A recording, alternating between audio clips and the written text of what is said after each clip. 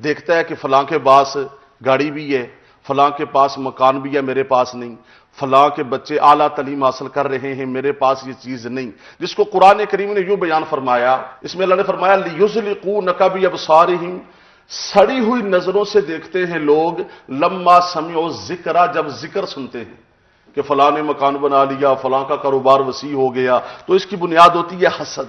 کہیں پر کاروباری حسد ہے، کہیں پر جو ہے وہ خاندانی حسد ہے، کہیں پر سیاسی حسد ہے۔ حسد کی بنیاد پر یہ جادو کیا جاتا ہے۔ نبی کریم صلی اللہ علیہ وسلم مکہ سے مدینہ آئے تو مدینہ کے اندر 2 یا 3 سال کسی مسلمان صحابی کی اولاد نہیں ہوئی۔ یہود نے یہ بات پھیلا دی کہ ہم نے مسلمانوں پہ اجتماعی جادو کر دیا ہے۔ اجتماعی کیا کر دیا ہے؟